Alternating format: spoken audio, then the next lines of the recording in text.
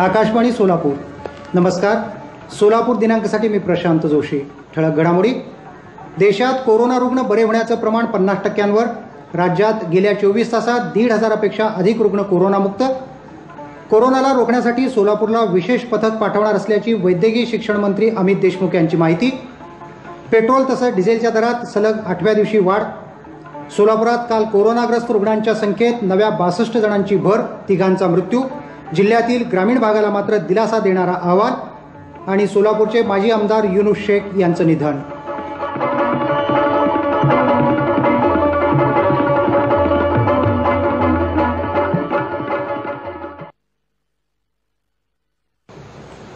आता घडामोडी विस्तारानं. देशात कोरोना संसर्गित रुग्ण बरे होण्याचं प्रमाण आता 50%वर गेलं आहे. सध्या 1,49,348 रुग्ण उपचार घेत असून 1,62,378 रुग्ण बरे झाले आहेत. काल एका दिवसात देशात कोरोना संसर्ग झालेले 11,929 रुग्ण आढळून आले आहेत. ही माहिती केंद्रीय आरोग्य मंत्रालयानं दिली. राज्यात काल आणखी 3,427 कोरोना विषाणू बाधित रुग्णांची नोंद झाल्यानं एकूण रुग्णसंख्या 1,04,568 इतकी झाली आहे. काल या आजारानं 113 जणांचा मृत्यू झाला. राज्यात आतापर्यंत 3,830 जणांचा कोरोनामुळे मृत्यू झाला आहे. गेल्या 24 तासात 1,550 रुग्ण बरे होऊन घरी परतले आहेत. सोलापुरातील कोरोना विषाणूच्या प्रसाराला अटकाव करण्यासाठी अधिक खबरदारी घेण्याची गरज असून प्रशासनाला मदत करण्यासाठी लवकरच स्वतंत्र वैद्यकीय पथक पाठवण्यात येईल, असं राज्याचे वैद्यकीय शिक्षण मंत्री अमित देशमुख यांनी सांगितलं. कोरोनाला रोखण्यासाठी प्रशासनामार्फत सुरू असलेल्या उपाययोजनांचा आढावा घेण्यासाठी देशमुख यांनी काल सोलापुरात बैठक घेतली. त्यानंतर ते पत्रकारांशी बोलत होते. खासगी दवाखान्यात कोरोनावर उपचार घेतलेल्या रुग्णांना शासकीय दरानं पैसे आकारण्यात यावेत, यासाठी जिल्हा प्रशासनाला सूचना दिल्याचंही देशमुख यांनी सांगितलं.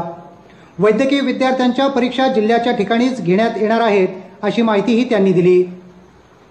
कोरोनामुळे आधीच आर्थिक संकटात सापडलेल्या लोकांना आता पेट्रोल आणि डिझेल दरवाढीचा सामना करावा लागत आहे.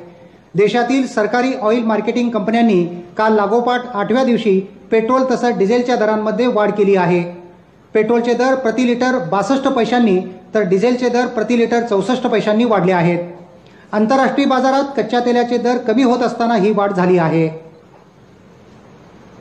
राज्यातील इयत्ता 9वी, 10वी आणि 12वीच्या विद्यार्थ्यांना आजपासून व्हॉट्सअपद्वारे शिक्षणाचे धडे दिले जाणार आहेत.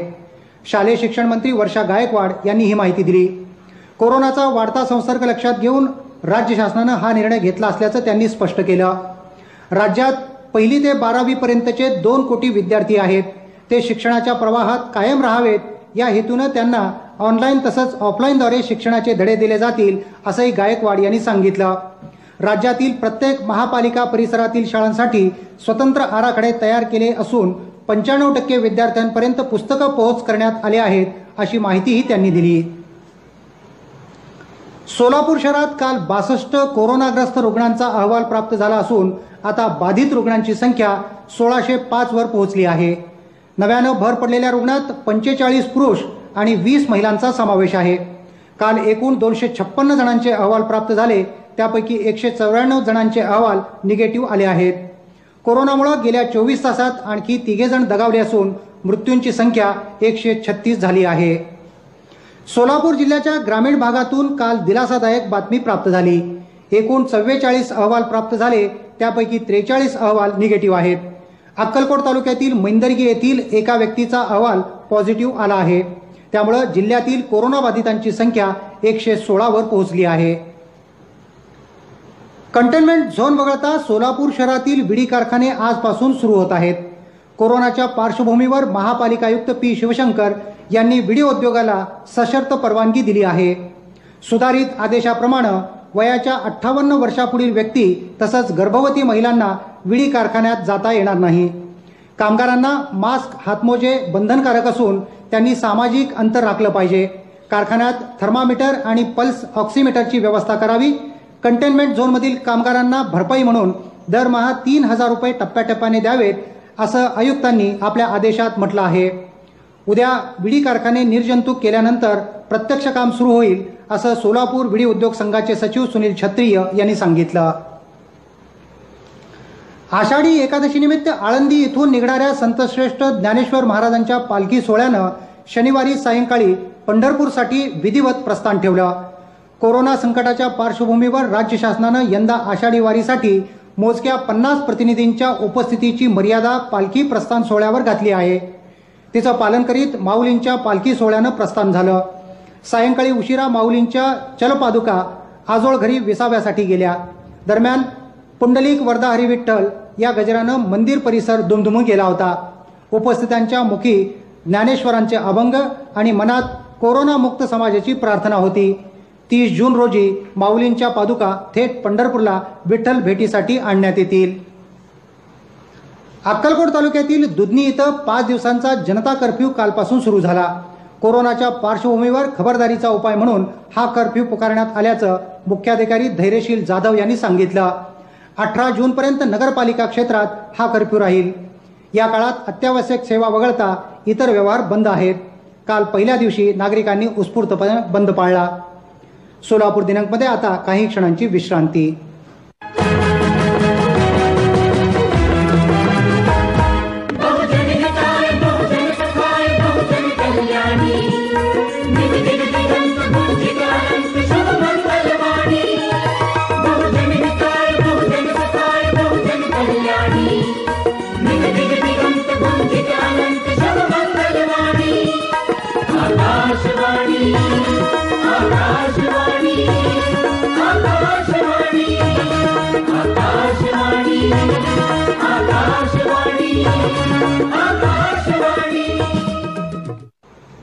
सोलापूर दिनांकमध्ये पुन्हा एकदा आपलं स्वागत.